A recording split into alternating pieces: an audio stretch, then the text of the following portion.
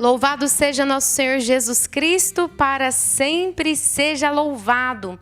Hoje é o 18º dia da nossa caminhada com o glorioso São José. Já passamos aí da metade dos 31 dias de preparação para a consagração. Que alegria! Quero parabenizar aqueles que estão firmes, estão perseverando. Não desanimem, continua firme aí, que estamos chegando na reta final desse nosso momento de graça. Então, perseverança. Vamos lá, vamos adiante. E quero também pedir para aqueles que têm seu testemunho com São José, envia para nós. Manda para nós, para a gente poder, ir publicando as maravilhas que Deus tem realizado pela intercessão do glorioso São José. Vamos lá, pega aí seu livro, São José, nosso Pai, socorro em todas as necessidades. Já vai abrindo aí, no 18º dia, página 94. E vamos introduzir aqui, este nosso momento de meditação. Hoje a frase São José Maria Escrivá, que diz: São José merece o teu carinho e a ti convém buscar o seu convívio, porque é mestre de vida interior e pode muito diante do Senhor e diante da Mãe de Deus. São José, ele merece o nosso carinho, ele quer conviver conosco como um pai na fé. E nós aí, cada dia que passa, vamos experimentando mais essa paternidade de São José, vamos caminhando mais com o glorioso São José e nos tornando parte dessa família, da Sagrada Família de Nazaré.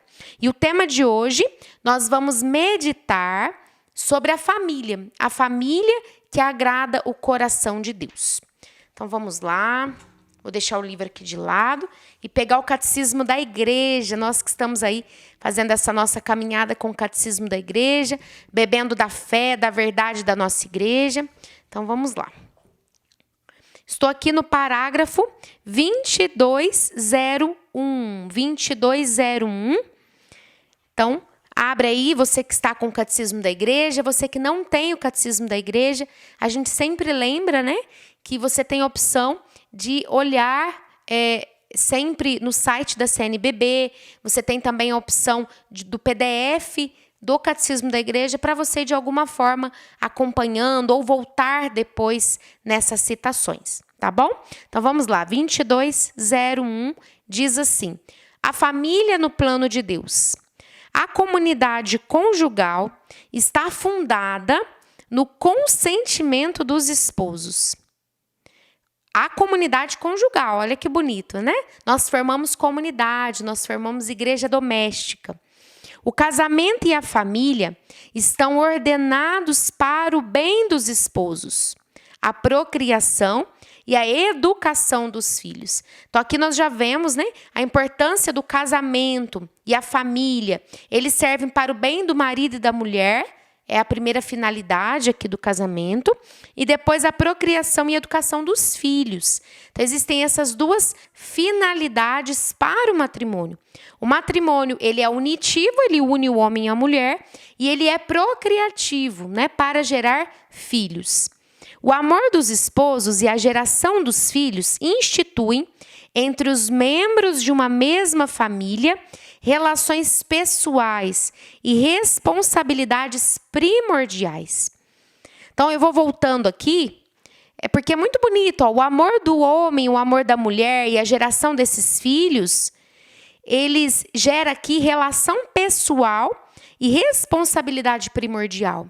Então, nós temos responsabilidades dentro da família, nós temos responsabilidades dentro do matrimônio, Então, gera essa responsabilidade. Parágrafo 2202. Um homem e uma mulher, presta bem atenção, um homem e uma mulher unidos em casamento formam com seus filhos uma família. Então, aqui nós temos várias verdades numa única frase. Um homem e uma mulher. Então, Deus criou o homem, Deus criou a mulher e disse o que para eles? Crescei e multiplicai, O homem sairá da sua casa, se unirá à sua mulher e eles serão uma só carne, o homem e a mulher. Aqui Deus não está falando da união de dois homens, Deus não está falando da união de duas mulheres. Deus está falando da união de um homem e uma mulher. É isso que forma a família. Hoje em dia é muito comum a gente ver falar, família é qualquer agrupamento de pessoas, né? Se agrupou ali, tem afeto um pelo outro, já é família. Isso não é verdade. Diante da nossa fé, da Igreja Católica, lembrando que o catecismo da Igreja Católica é para católicos. Se você está passando, de repente, pela live e você, né, não é católico, não quer seguir a doutrina da nossa igreja, não quer seguir o que o catecismo está dizendo, você é livre. Talvez você não siga a palavra de Deus, talvez você não siga o que a Bíblia ensina, né? O que a igreja ensina, cada um é livre para acreditar naquilo que quer e tudo que a gente crê, a gente tem as consequências disso. Mas nós que somos católicos, então a igreja está nos ensinando esta verdade. E esta verdade precisa, de fato, povoar o nosso coração e a nossa mente. Então, um homem e uma mulher. Então, aqui, né, no casamento, eles serão uma só carne. Então, não podemos aí nos abrir e aceitar como algo que vem de Deus, por exemplo, o homossexualismo. A igreja ela acolhe o homossexual, né, como pessoa, como ser humano.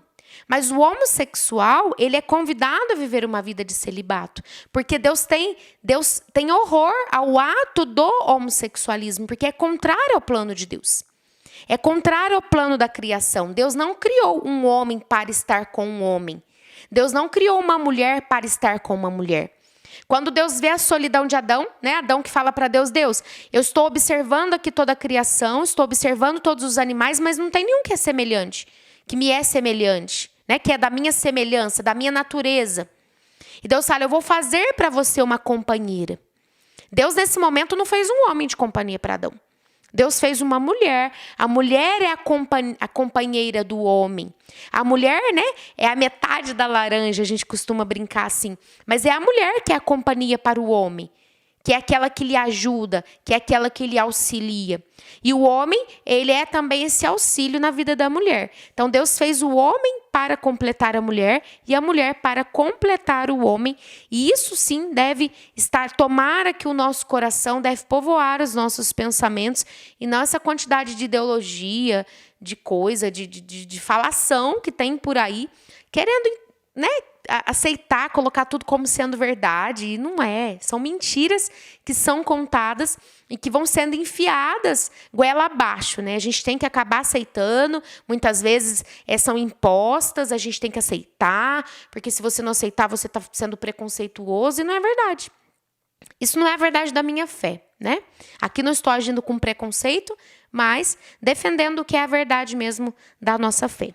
Então, um homem e uma mulher, unidos em casamento. Então, vale juntar? Ah, irmã, vamos juntar. Juntado com fé, casado é. Não, não é a mesma coisa. Pessoa que é casada somente no civil, ou a pessoa que mora junto, mas não recebeu o sacramento do matrimônio, ela não está aqui dentro dessa verdade. Unidos em casamento. O casamento acontece quando o casal ele se casa na igreja. Quando o casal se casa diante de Deus, quando eles estabelecem esse compromisso, essa união diante de Deus, e ali eles recebem o sacramento do matrimônio. Ali está acontecendo um casamento, ali está acontecendo um matrimônio, de fato, né? E o que Deus uniu, o homem não separa. Hoje se tem muito pensamento, vamos casar, né? Se não der certo, a gente larga. Ou não, irmã, a gente mora junto, porque se não der certo, né, vai cada um pro seu canto. Então, a gente está fazendo um teste primeiro, para ver se vai dar certo ou não. Então, o casal que caminha direitinho em Deus, eles não precisam fazer um teste antes do casamento. Porque eles se conheceram a partir do namoro. Conhecer o outro, minha gente, é muito mais do que conhecer o corpo do outro numa relação sexual. É conhecer quem o outro é, o que o outro gosta, como o outro pensa, o que o outro faz. E isso não é uma relação sexual. Isso é o diálogo, isso é a convivência. Isso, conhecer a família do outro nos possibilita. Então, existem muitas coisas que são necessárias dentro de um processo de namoro, de noivado, para você conhecer a pessoa e saber se é essa pessoa, de fato, que você quer ter na sua vida. Então, não é a relação sexual, né? E aqui a importância mesmo da união no casamento, o matrimônio. O matrimônio, ele é indissolúvel. O que Deus uniu, o homem não separa. Quando um casal ele morre, por mais que eles tenham depois se separado e tenham arrumado uma outra pessoa, quando comparecer no céu, aquele homem, ele será né, esposo da primeira, ele será marido da primeira mulher. A mulher será esposa do primeiro marido. E não dos outros todos que vieram depois. Então, nós vamos prestar contas diante de Deus. Eu sei que em muitas situações, às vezes, o casamento não dá certo. A gente sabe disso. Hoje, a igreja permite todo um processo de nulidade. O que é o processo de nulidade matrimonial? Não é que a igreja vai anular um casamento que aconteceu, porque nem a igreja pode anular. Mas são situações em que não houve casamento. Então, para que haja casamento, o Código de Direito Canônico, ele prescreve, né, algumas coisas que são necessárias. Por exemplo, eu não vou conseguir dizer todas aqui, mas algumas coisas. É preciso que haja o livre consentimento entre as partes. Então, se ou o homem ou a mulher eles estão casando de forma obrigada, fui obrigada a casar. Então, ali não há um livre consentimento, não há uma liberdade, então não há casamento. Esse casamento é nulo. Um caso, por exemplo, de uma gravidez, casou grávida. E casou justamente porque estava grávida. Então, ali é uma situação de nulidade matrimonial. Ou casou embriagado, a pessoa, né, não estava totalmente ciente do que estava fazendo. É um caso de nulidade matrimonial. Então, existem vários casos. Um caso de mentira. A pessoa que durante todo o tempo de namoro, de noivado, manteve uma mentira. E aí, quando casa, o outro, né, descobre a mentira, aí ele pode sim entrar com um processo de nulidade, porque todo o casamento ele foi fundado sobre uma mentira. Então, existem várias situações que se declara que aquele casamento é nulo. Então, ninguém anula, nem o marido, nem a mulher, nem a igreja. Mas quando não houve casamento, é possível sim entrar com um processo de nulidade matrimonial, e aí os dois podem contrair matrimônio, eles podem casar na igreja com uma outra pessoa, porque é como se eles sempre tivessem sido solteiros, né? Não conta ali um matrimônio para eles, porque não houve um matrimônio, porque aquele matrimônio foi nulo, certo?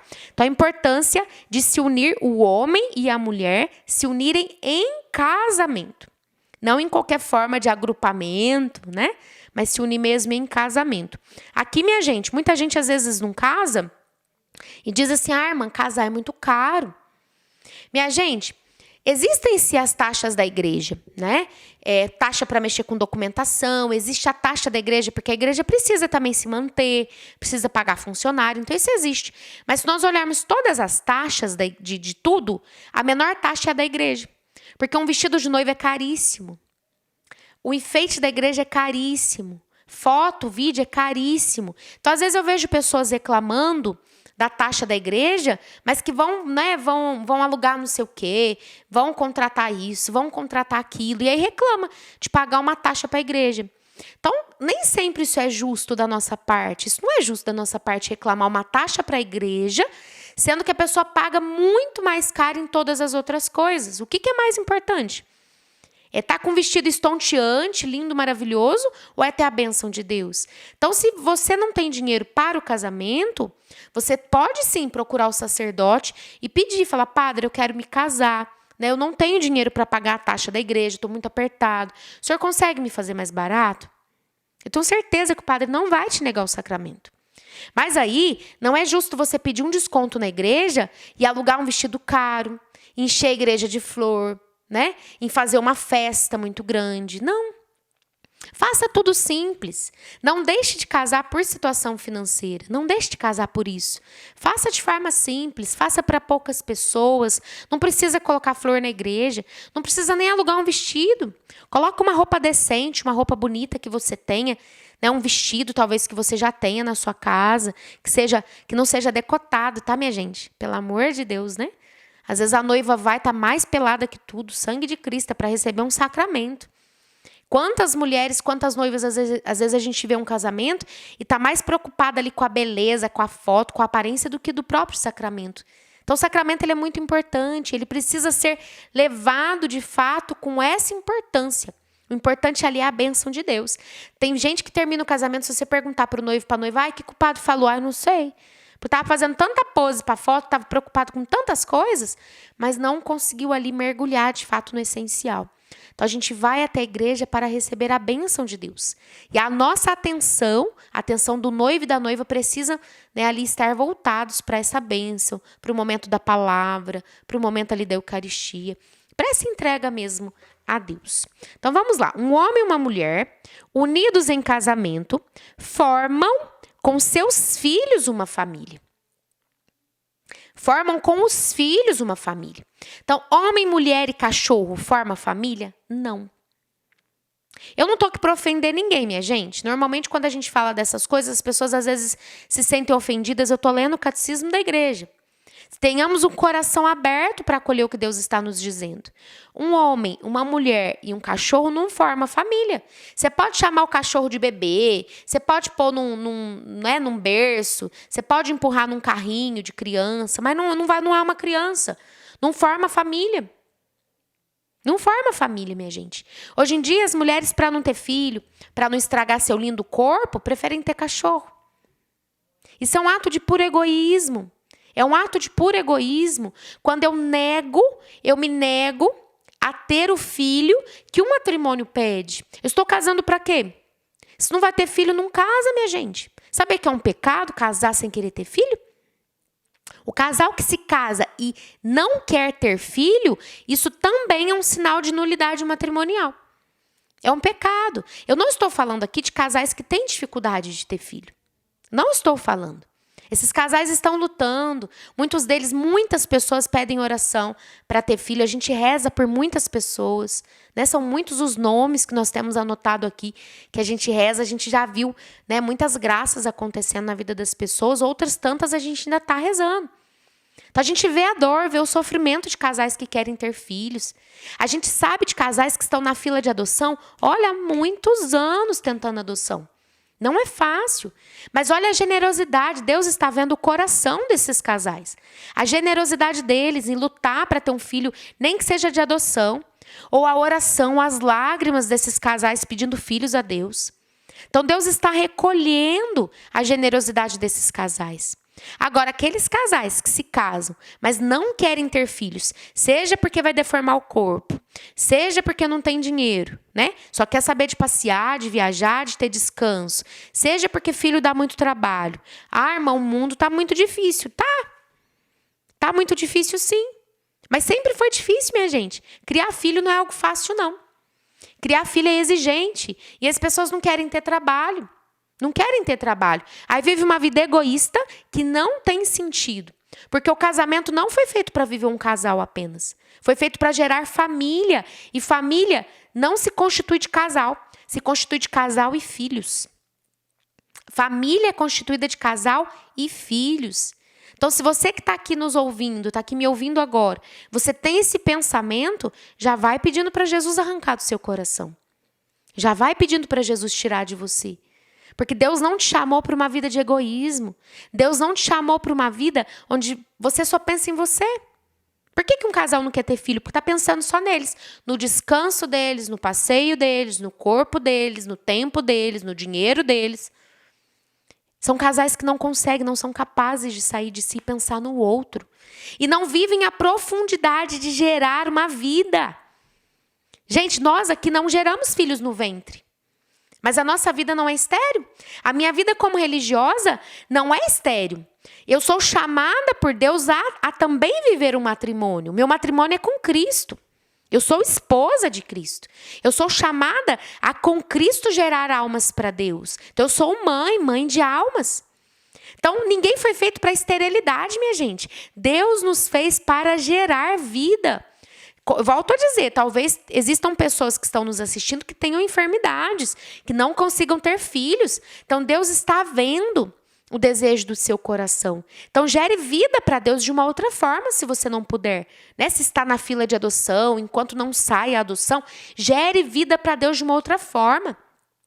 Gere filhos para Deus através da evangelização. Gere filhos para Deus através de uma palavra, de um acolhimento, de uma ajuda, de uma obra social, uma obra de caridade. Gere filhos. Deus não nos fez para esterilidade. Deus nos fez para sermos fecundos, fecundos de corpo e alma. Esta disposição precede todo reconhecimento por parte da autoridade pública. Impõe-se a ela, isto é, não depende da autoridade civil para se constituir, e deve ser considerada como a referência normal. em função da qual devem ser avaliadas as diversas formas de parentesco. Então, minha gente, a referência normal de uma família é um homem, uma mulher e os seus filhos. Um homem e uma mulher unidos em casamento, né, gerando filhos. Essa aqui é a referência normal de família, independente do que a autoridade civil diga. Então, mas hoje é liberado casamento para homossexual. Quem está liberando esse casamento para homossexual são as autoridades civis. E a autoridade civil não manda dentro da igreja. Que isso fique muito claro. Independente da lei que for aprovada, as leis não mudam a constituição da nossa igreja. A lei não muda o que a nossa igreja, Santa Igreja Católica Apostólica Romana, crê. A lei não muda o que nós, como católicos, devemos crer e professar. Então, aqui acontece a nossa fé, a partir do ensinamento sólido da nossa igreja, do catecismo da igreja. Ainda diz aqui, ao criar o homem e a mulher, Deus instituiu a família humana e dotou-a de sua constituição fundamental. Presta bem atenção. Ao criar o homem e a mulher, o catecismo ainda insiste nisso. Deus, ao criar o homem e a mulher, Deus instituiu a família humana e dotou-a de sua constituição fundamental. O homem e a mulher, criados por Deus. Seus membros são pessoas iguais em dignidade. Para o bem comum de seus membros e da sociedade, a família implica diversidade de responsabilidades, de direitos e deveres. Gente, isso aqui é tão profundo. A família implica diversidade de responsabilidades, de direitos e deveres. A responsabilidade do homem e da mulher é a mesma? Não. Os deveres do homem e da mulher são os mesmos? Não. Os direitos do homem e da mulher são os mesmos dentro da família? Não. Mas nós não estamos aqui dizendo que a mulher é inferior ao homem. Nós não estamos dizendo isso. A mulher tem a mesma dignidade que o homem, mas não o mesmo papel. O feminismo, gente, fez uma estraga terrível dentro das famílias. Com essa coisa de que a mulher está lutando por direitos iguais. Que direito igual a mulher quer? Se a mulher tem um papel, o homem tem outro. A mulher, ela tem sim, ela deve ter sim a mesma dignidade. A mulher não tem que ser tratada como, menos que o homem, não é isso. Mas a mulher tem um papel, o homem tem outro. A mulher tem uma função na família, o homem tem outra. A mulher foi criada por Deus de uma forma e o homem foi criado de outra. E se nós deixamos de ser aquilo para o qual nós fomos criados, o que acontece dentro de nós é um profundo vazio. A nossa vida não tem sentido de existência, meus irmãos. Não se deixem confundir. Não se deixem confundir. O feminismo não trouxe nenhum bem para a humanidade. Ele trouxe muitas desgraças. Ele trouxe aqui, ele trouxe, na verdade, uma inversão de papéis. O feminismo trouxe, na verdade, uma baita confusão, onde ninguém sabe mais o que tem que fazer, onde ninguém sabe o seu papel dentro da família, famílias desestruturadas, famílias desintegradas ou até anulação de família. Para que família? Se cada um pode ter prazer sozinho, se cada um pode se bastar sozinho, se você não quer ter filho, porque a mulher ela não é escrava do marido, a mulher não é escrava da sua casa, então eu não quero ter filho, eu sou dona do meu corpo, eu faço o que eu quiser, e aí vai destruindo todo o plano de Deus. E nós muitas vezes não vamos percebendo que todas essas ideologias que vão entrando, vêm na verdade do demônio, para destruir o plano de Deus. O demônio não pode criar, meus irmãos. Ele é invejoso. Ele quer o quê? Destruir a obra de Deus. Ele quer destruir aquilo que Deus criou. E por isso a gente vê aí, tantas confusões, tantas coisas que são faladas, que são contrárias ao plano e ao projeto de Deus. E agora abre lá no parágrafo 22:17. Gente, é bem extenso, nós estamos aqui no 4º mandamento, o 4º mandamento da lei de Deus, que é honrar pai e mãe. ele é extenso, então depois você pode ler, você pode meditar as outras partes. A gente não tem como aqui na live falar tudo. Então nós vamos falar algumas partes aqui, outras não, mas vocês podem ler depois para ficar por dentro de tudo, tá bom? Então vamos lá. Aqui agora vai falar para nós dos deveres dos membros da família, né? Cada um tem o seu dever, cada um tem o seu direito. Então vamos falar aqui dos deveres dos membros da família, mas vamos lá para o parágrafo 22, 17, que diz assim: enquanto o filho viver na casa de seus pais, deve obedecer a toda solicitação dos pais que vise ao seu bem ou da sua família. Filhos, obedecei em tudo aos vossos pais, pois isto agrada ao Senhor. Os filhos têm ainda de obedecer às prescrições razoáveis de seus educadores e de todos aqueles aos quais os pais os confiarem. Mas se o filho estiver convicto, em consciência, de que é moralmente mal obedecer a determinada ordem, que não a siga. Então, quando um filho ele está dispensado da obediência, quando o que lhe for pedido for uma coisa pecaminosa, for moralmente má, né? Então, se o pai mandar o filho fazer uma coisa errada, o filho não deve obedecer.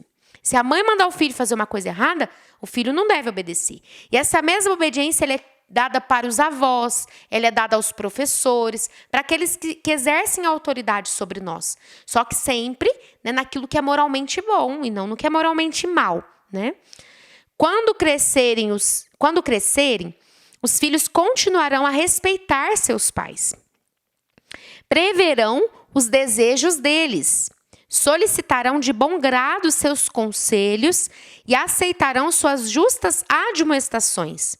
A obediência aos pais cessa com a emancipação dos filhos, mas o respeito que sempre lhes é devido não cessará de modo algum, pois tal respeito tem sua raiz no temor de Deus, um dos dons do Espírito Santo. Então, o filho é emancipado, o que significa isso? O filho saiu da casa dos pais e ele já segue a sua vida, já paga as suas contas, né? Já se mantém. Esse filho maior de idade e que se mantém, ele já não é obrigado a obedecer os pais, mas deve respeitar os pais. Respeitá-los. A obediência, ela é uma obrigação do filho que está dentro da casa dos pais, seja ele menor de idade ou não. Então, o filho vive dentro da casa dos pais e quer ter a sua vida lá dentro da casa dos pais sem obedecê-los, sem cumprir aquilo que os pais pedem, o filho está errado. Enquanto o filho viver na casa dos pais, deve obedecer a toda solicitação dos pais.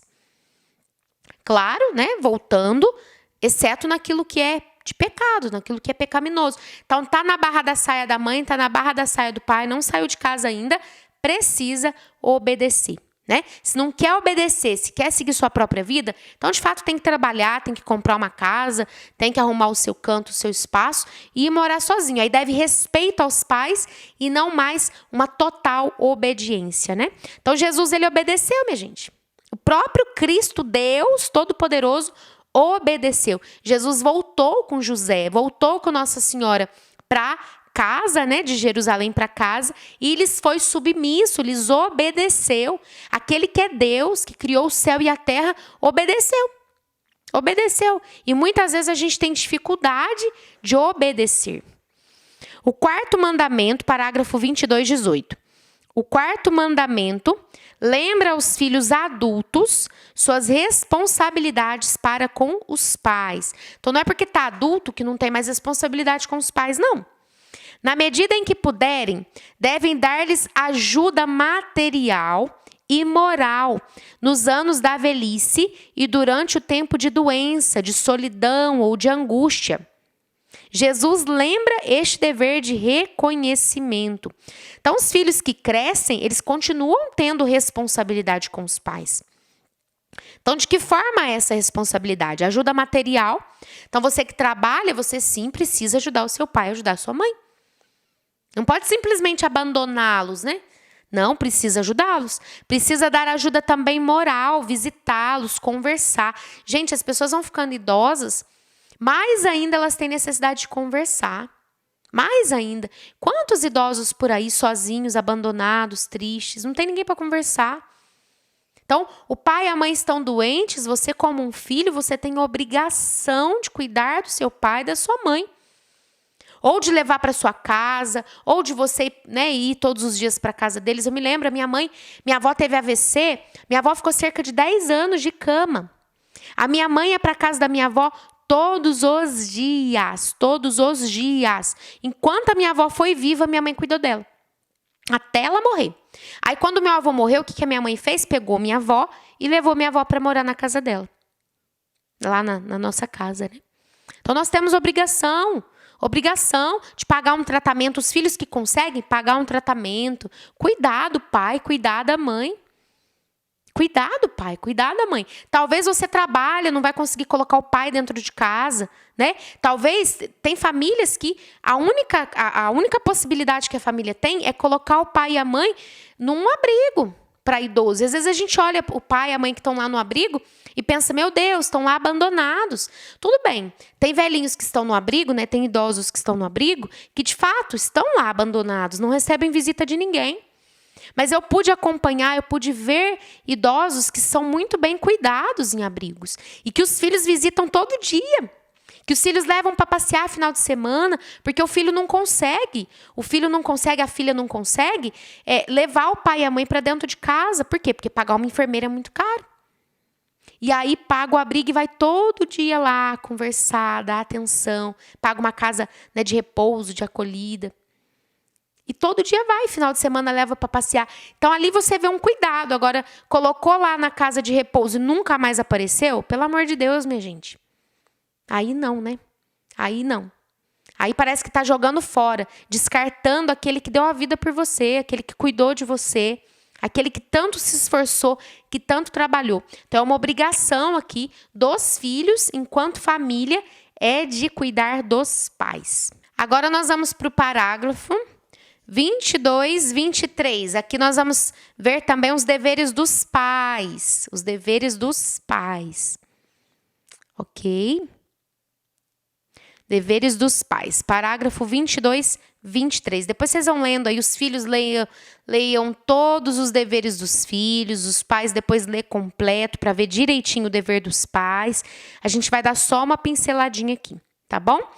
Então, parágrafo 22, 23 diz: os pais são os primeiros responsáveis pela educação de seus filhos, os primeiros. Então, a educação dos filhos compete à escola, em primeiro lugar? Não, compete ao pai, compete à mãe. Por isso, alguém na família tem que estar presente na vida dos filhos. Se o pai tem que trabalhar para sustentar a casa, a mãe, de alguma maneira, ela tem que estar presente na vida dos filhos. Esse é o papel da mãe, sobretudo. Eu entendo que hoje, minha gente, muitas mulheres precisam trabalhar fora, porque a coisa ficou apertada, né? Só o salário do marido muitas vezes não dá para pagar conta, não dá para manter a família. Mas o papel primordial da mãe é estar dentro de casa com os filhos, é cuidar dos filhos. Por quê? Porque se a mãe sai do lar, vai trabalhar fora, né? E ocupa todo o seu tempo, todo o seu dia ali, no trabalho fora, qual que é o momento que ela tem para educar os filhos? Para ensinar para os filhos a lei de Deus? Para ensinar para os filhos, né, o que é certo, o que é errado? E os filhos vão crescendo, se sentindo abandonados, se sentindo sozinhos, sem uma referência de pai, uma referência de mãe, sem uma presença. Gente, vai entrando um vazio dentro do coração mesmo. Uma falta de amor, uma falta de afeto, uma falta de carinho. Aqui eu não quero julgar as mães que trabalham fora. Como eu disse, eu entendo que hoje tem muitas realidades que se a mulher não trabalhar fora, ela não tem comida, a família passa fome, passa dificuldade. Tem mulheres que são mãe solteira e tem que deixar a criança na creche, tem que deixar a criança na escola para conseguir trabalhar.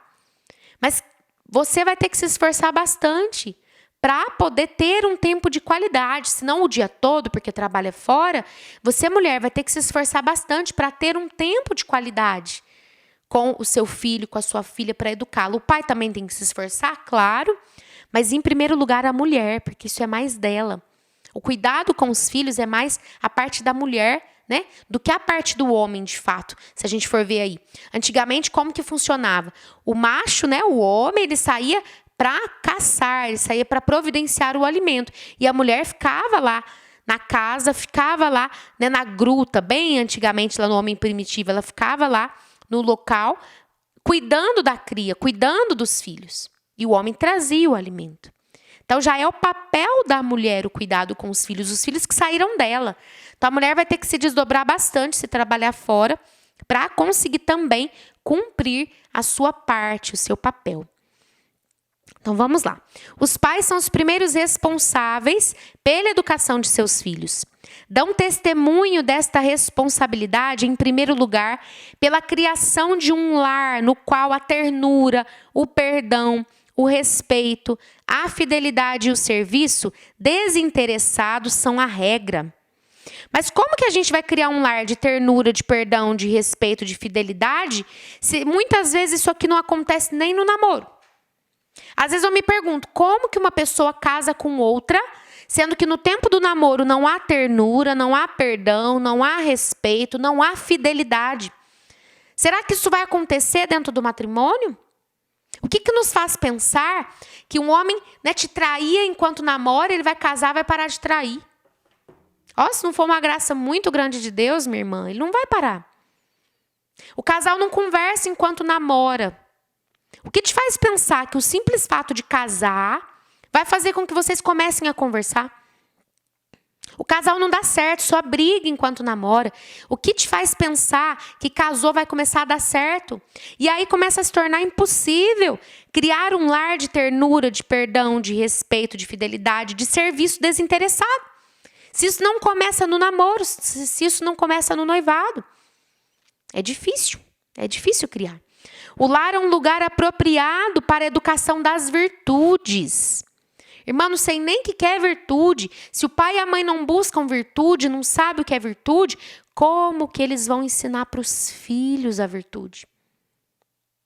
Por isso a importância, pai e mãe, de vocês mergulharem no catecismo, de vocês aprenderem o que é virtude. Nós temos uma série no nosso canal do YouTube sobre as virtudes.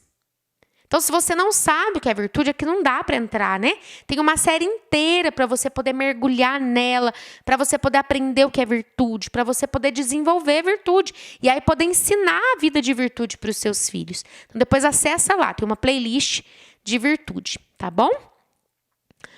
O lar é um lugar apropriado para a educação das virtudes.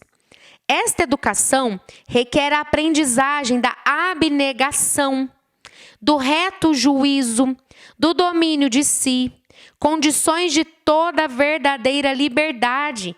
Minha gente, o que é abnegação? Abnegação é a capacidade de abrir mão da vontade própria. É a capacidade de você olhar para o outro, de você negar uma vontade sua em benefício do outro. Gente, um lar onde ele vive voltado para uma pessoa só é um desastre.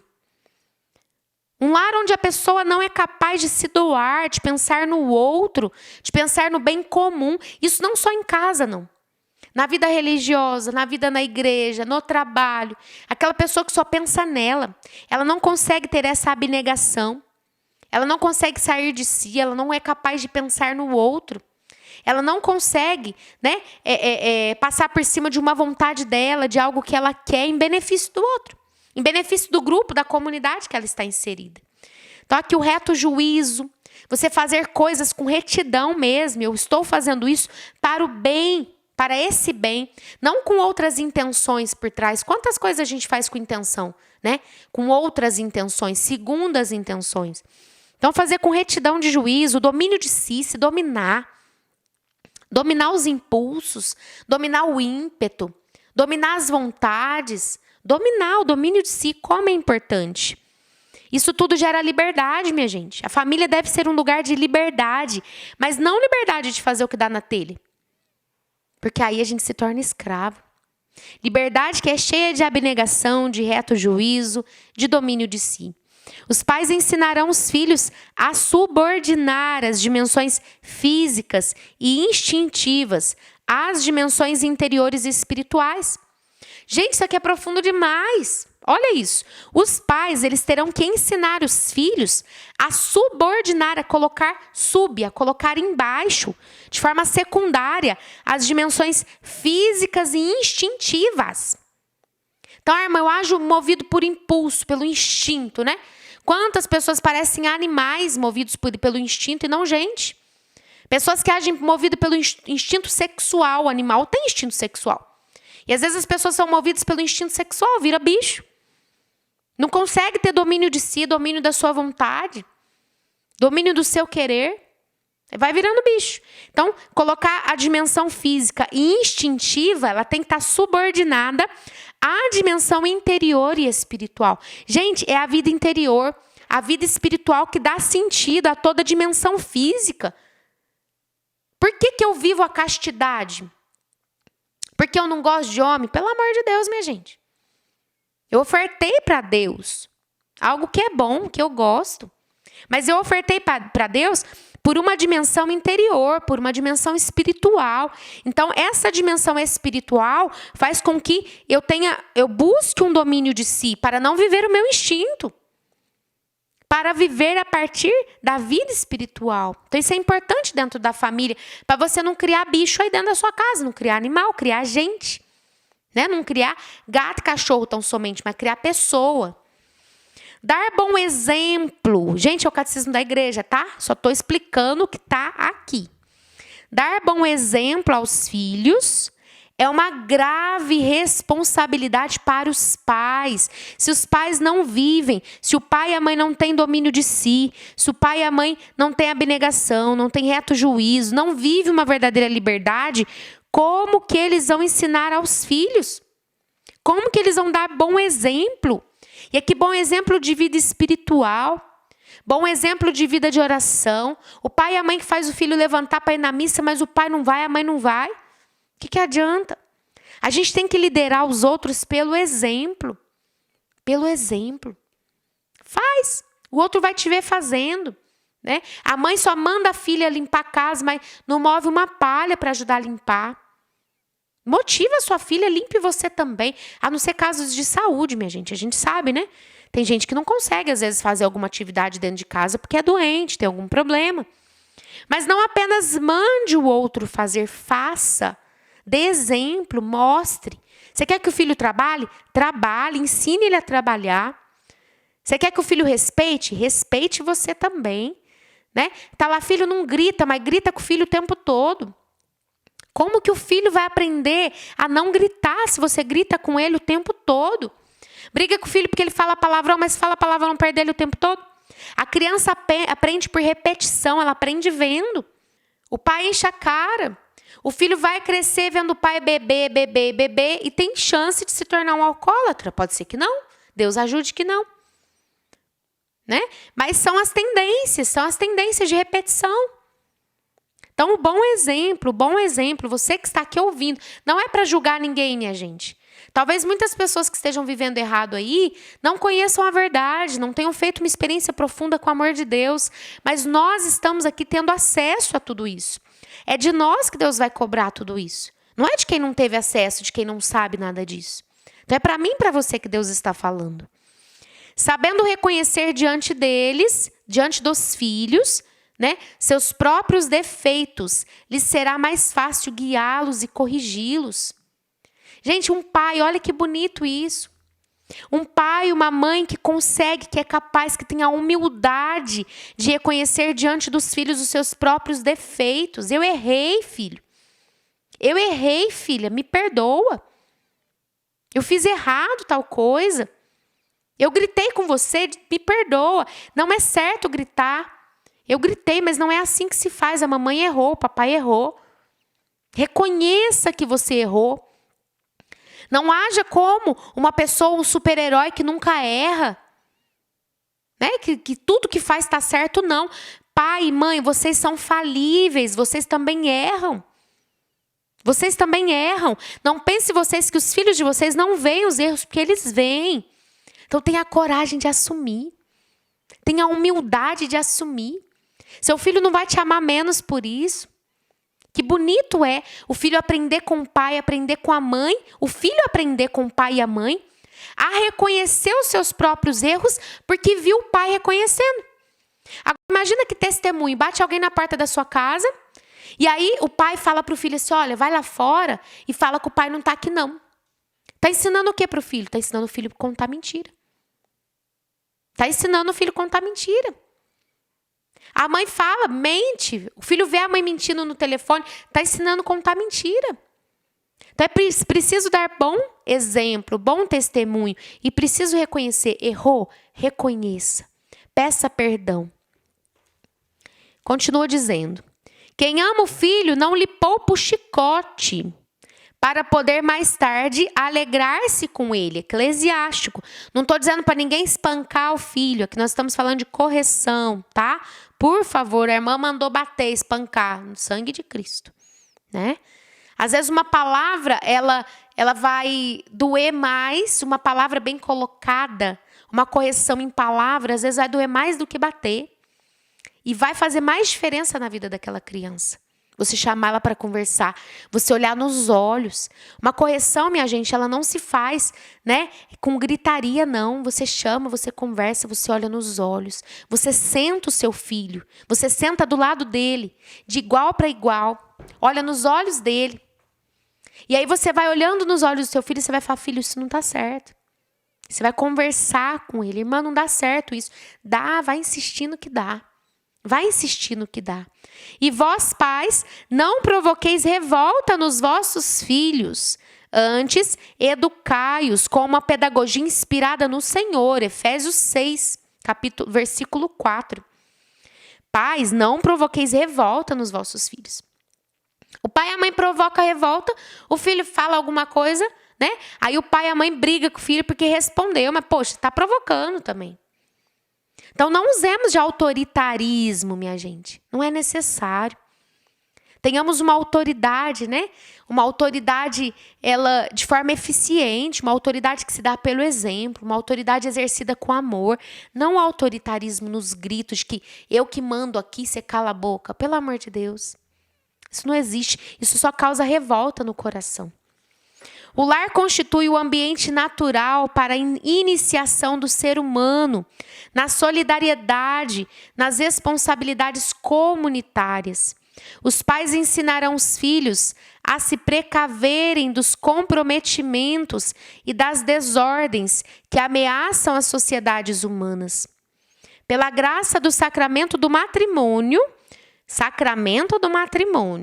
os pais receberam a responsabilidade e o privilégio de evangelizar os filhos. Olha que bonito. Os pais têm esse privilégio de evangelizar os filhos. Gente, como eu me recordo da evangelização que a minha mãe me fez. Mais a minha mãe que o meu pai. Minha mãe sempre foi mais de igreja que o meu pai, sempre mais de rezar que o meu pai. Minha mãe levava a gente, puxava o terço dentro de casa. Minha mãe levava a gente na novena. Minha mãe levava a gente na reza, no terço, na missa. Levava para coroar Nossa Senhora. Evangelizava. Quando eu fui para catequese, pequenininha, eu já sabia rezar várias coisas. Eu não fui lá para catequista me ensinar Ave Maria e Pai Nosso. Minha mãe já tinha me ensinado dentro de casa. E eu não falo isso dizendo que eu ou a minha família somos exemplo para ninguém. Não é essa a minha intenção. Mas como é importante a gente aprender dentro de casa. Como é importante os pais ensinarem os filhos. É muito importante. Porque os filhos têm uma referência de fé. Hoje, quando eu penso numa mulher de fé, eu penso na minha mãe. Se eu penso numa mulher de fé, a primeira mulher que me vem na mente é a minha mãe. Né? Tirando Nossa Senhora, claro, né, minha gente? Estou falando de uma pessoa aqui na minha vida. Tirando Nossa Senhora, a Virgem Maria. Mas se eu penso numa mulher, eu penso na minha mãe. Eu penso na minha avó, que rezava o rosário. Se eu penso num homem de fé, eu penso no meu avô, que rezava o rosário todos os dias. Que tinha uma fé muito forte. Eu penso neles. Então, olha como que eles me marcaram. Olha como que eles marcaram a minha vida. Me ensinando, me mostrando na simplicidade. Por isso, os pais, eu estou no parágrafo 22, 25. Por isso, os pais devem iniciar os filhos desde tenra idade, desde pequenininhos, nos mistérios da fé, da qual são para os filhos os primeiros arautos, os primeiros anunciadores. Farão com que eles participem desde a primeira infância da vida da igreja.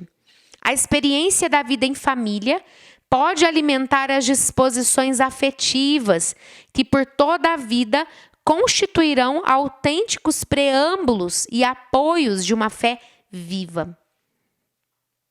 Olha isso que bonito, a experiência da vida em família, pode alimentar as disposições afetivas, o afeto, a capacidade de amar, que por toda a vida constituirão autênticos preâmbulos e apoios de uma fé viva. Então, a experiência da vida em família que vai conduzir aqui com afeto, um apoio, né, de uma fé viva, uma experiência profunda com Deus. Então, você tem uma família que reza, você vai viver uma profunda fé, você vai viver ali uma profunda experiência com Deus. Aí talvez você vai me dizer, irmã, mas e agora? Minha família não é isso. Minha família não é. Talvez não tenha sido seu pai a começar esse caminho. Talvez não tenha sido a sua mãe a começar esse caminho. Talvez seus filhos não estão nesse caminho. Mas se você está aqui hoje ouvindo, Deus escolheu você para começar esse caminho de fé na sua casa, na sua família. E comece pelo seu testemunho. Comece vivendo o que você crê, o que você diz, o que você fala. Comece vivendo, colocando o evangelho em prática na sua vida. E aí você vai começar a refletir na sua casa, na sua família. Seja você uma pessoa de oração. Seja você uma pessoa que os seus familiares vão olhar e vão dizer, nossa, olha a transformação que Deus está fazendo na vida dela, na vida dele, eu também quero. Que a sua família vai olhar para você e falar, nossa, como que ela é feliz. Eu também quero ser. E vão te perguntar, o que você faz para ter essa felicidade? Aí você vai dizer, eu sigo Jesus, eu amo Jesus. Talvez você vai experimentar sim, né, buscando o caminho de Deus, talvez você vai experimentar ou até já esteja experimentando uma perseguição na sua casa, dificuldades na sua família. Mas não desista. Não desista. Não desista do que Deus tem preparado para você. Porque a palavra de Deus, ela fala, crê e tu e tua família serão salvos. Se você hoje está aqui, é sinal de que Deus te escolheu para ser um canal de salvação na sua casa, na sua família. Para ser uma porta por onde Jesus ele deseja entrar e restaurar e fazer obra nova. Amém? Então, olha, essa é a formação de hoje, dos deveres dos pais. Então, vamos nos preparar agora, vai aí acendendo a sua vela, para nos colocarmos em oração. Sobre toda a nossa família, sobre tudo aquilo que nós estamos vivendo, tudo aquilo que Deus tem para nós como plano, como projeto para a nossa casa, para a nossa família.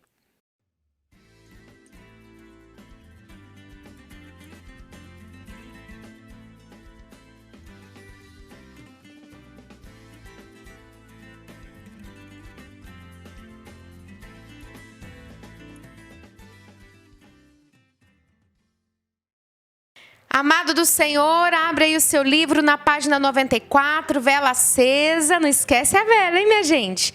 Vamos fazer juntos essa oração. A ti neste dia consagro cada família, querido São José, para que os pais saibam te imitar, sendo homens fortes, justos, que edifiquem o lar. Que cada mãe aprenda com Maria a doçura, a paciência, o amor que traz a paz. Os filhos aprendam com Jesus a obediência frutuosa, a honrar seus pais. Jesus, Maria e José, minha família vossa é. Amém. E a ação para esse dia de hoje, meditar o Evangelho de São Lucas, capítulo 2, versículo de 1 a 14, e rezar a oração da consagração da família a São José. Essa oração está na página 155 aqui do nosso livro. E aí você já pode também, nesse momento, abrir aí o seu livro na página 138, que nós rezaremos juntos o nosso terço ao glorioso São José. Então, já vai colocando as tuas intenções, rezando de modo especial neste dia pela tua família, outra família que você conheça, que esteja passando por um momento difícil, precisando da tua intercessão. Todas as intenções que estão aqui nesta bolsa, nós queremos entregar cada causa ao nosso glorioso Pai, que cuidou tão bem da Sagrada Família, da família que o Senhor confiou a Ele. Vamos juntos. Em nome do Pai, do Filho e do Espírito Santo. Amém. Lembrai-vos, ó puríssimo esposo de Maria Virgem, ó meu doce protetor São José, que jamais se ouviu dizer que alguém tivesse invocado a vossa proteção e implorado o vosso socorro e não fosse por vós consolado e atendido. Com esta confiança, venho à vossa presença e a vós fervorosamente me recomendo. Não desprezeis a minha súplica, ó Pai adotivo do Redentor, mas dignai-vos acolhê-la piedosamente. Amém. Primeiro mistério, nós contemplamos o anjo do Senhor em sonhos a José. Ó glorioso São José, nas vossas maiores aflições e tribulações, o anjo não vos valeu. Valei-me, São José. São José, valei-me. São José, valei-me. São José, valei-me. São José, valei-me. São José, valei-me. São José, valei-me. São José, valei-me. São José, valei-me. São José, valei-me. São José. valei-me. Segundo mistério, nós contemplamos José no presépio com o recém-nascido e a Virgem Maria. Ó glorioso São José, nas vossas maiores aflições e tribulações, o anjo não vos valeu. Valei-me, São José. São José, valei-me. São José, valei-me. São José, valei-me. São José, valei-me. São José, valei-me. São José, valei-me. São José, valei-me. São José, valei-me. São José, valei-me. São José. valei-me. No terceiro mistério, nós contemplamos a fuga para o Egito. Ó glorioso São José, nas vossas maiores aflições e tribulações, o anjo não vos valeu. Valei-me, São José. São José, valei-me. São José, valei-me. São José, valei-me. São José, valei-me. São José, valei-me. São José, valei-me. São José, valei-me. São José, valei-me. São José, valei-me. São José. valei-me. O quarto mistério, nós contemplamos a apresentação de Jesus no templo. Ó glorioso São José, nas vossas maiores aflições e tribulações, o anjo não vos valeu. Valei-me, São José. São José, valei-me. São José, valei-me. São José, valei-me. São José, valei-me. São José, valei-me. São José, valei-me. São José, valei-me. São José, valei-me. São José, valei-me. São José. valei-me. O quinto mistério, nós contemplamos o reencontro de José e Maria com Jesus no templo. Ó glorioso São José, nas vossas maiores aflições e tribulações, o anjo não vos valeu. Valei-me, São José.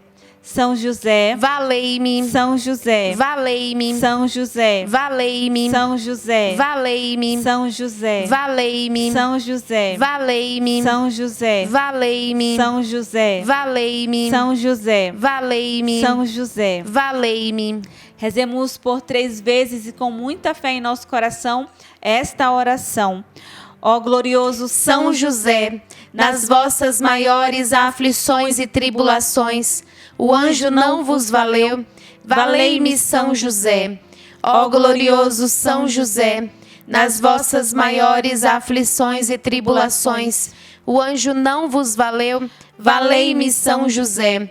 Ó glorioso São José, nas vossas maiores aflições e tribulações, o anjo não vos valeu. Valei-me, São José. Deus Todo-Poderoso, pelas preces de nosso Pai São José, a quem confiastes as primícias da Igreja, concedei que ela possa levar à plenitude os mistérios da salvação.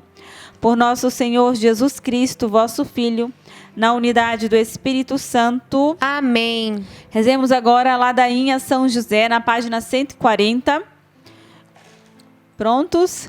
Senhor, tende piedade de nós. Senhor, tende piedade de nós. Jesus Cristo, tende piedade de nós. Jesus Cristo, tende piedade de nós. Senhor, tende piedade de nós. Senhor, tende piedade de nós. Jesus Cristo, ouvi-nos. Jesus Cristo, ouvi-nos. Jesus Cristo, atendei-nos. Jesus Cristo, atendei-nos. Deus Pai dos céus, Tende piedade de nós. Deus Filho Redentor do mundo, Tende piedade de nós. Deus Espírito Santo, Tende piedade de nós. Santíssima Trindade, que sois um só Deus. Tende piedade de nós. Santa Maria, Rogai por nós. São José, Rogai por nós. ilustre filho de Davi, Rogai por nós. luz dos patriarcas, Rogai por nós. esposo da Mãe de Deus, Rogai por nós. casto guarda da Virgem, Rogai por nós. sustentador do Filho de Deus, Rogai por nós. zeloso defensor de Jesus Cristo, Rogai por nós. chefe da Sagrada Família, Rogai por nós. José Justíssimo, Rogai por nós. José Castíssimo, Rogai por nós. José Prudentíssimo, Rogai por nós. José Fortíssimo, Rogai por nós. José Obedientíssimo, Rogai por nós. José Fidelíssimo, Rogai por nós. espelho de paciência, Rogai por nós. amante da pobreza, Rogai por nós. modelo dos operários, Rogai por nós. honra da vida de família, Rogai por nós. guarda das virgens, Rogai por nós. sustentáculo das famílias, Rogai por nós. alívio dos miseráveis, Rogai por nós. esperança dos doentes, Rogai por nós. patrono dos moribundos, Rogai por nós. terror dos demônios, Rogai por nós. protetor da Santa Igreja, Rogai por nós. Cordeiro de Deus, que tirais o pecado do mundo, Perdoai-nos, Senhor. Cordeiro de Deus, que tirais o pecado do mundo, Atendei-nos, Senhor. Cordeiro de Deus, que tirais o pecado do mundo. Tende piedade de nós. Ele constituiu o Senhor da sua casa. E o fez príncipe de todos os seus bens. Oremos. Ó Deus, que por inefável providência vos dignastes escolher a São José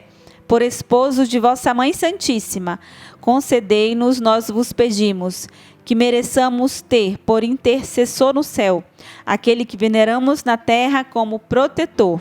Vós que viveis e reinais por todos os séculos dos séculos. Amém. Nas intenções do Santo Padre, para alcançarmos as indulgências desta santa devoção. Pai nosso, que estais nos céus, santificado seja o vosso nome. Venha a nós o vosso reino, seja feita a vossa vontade, assim na terra como no céu. O pão nosso de cada dia nos dai hoje, perdoai as nossas ofensas, assim como nós perdoamos a quem nos tem ofendido. Não nos deixeis cair em tentação, mas livrai-nos do mal. Amém. Ave Maria, cheia de graça, o Senhor é convosco. Bendita sois vós entre as mulheres, e bendito é o fruto do vosso ventre, Jesus. Santa Maria, Mãe de Deus, rogai por nós, pecadores, agora e na hora de nossa morte. Amém. Glória ao Pai, ao Filho e ao Espírito Santo. Como era no princípio, agora e sempre. Amém. Em nome do Pai, do Filho e do Espírito Santo. Amém. E no 3, um viva bem bonito a este Pai querido, nosso glorioso São José, para cuidar da nossa família com todo carinho, com todo amor. 1, 2, 3 e... Viva São José! Que bênção, que alegria poder rezar com você neste dia. Deus te abençoe. Pois é, minha gente. Hoje falando da família, então que Deus abençoe aí a sua casa, a sua família, suas necessidades e que Deus possa conduzir a tua família rumo ao céu, rumo à eternidade, porque lá é o nosso lugar, né? Lá é o nosso lugar. Então Deus te abençoe, grande abraço e vamos junto!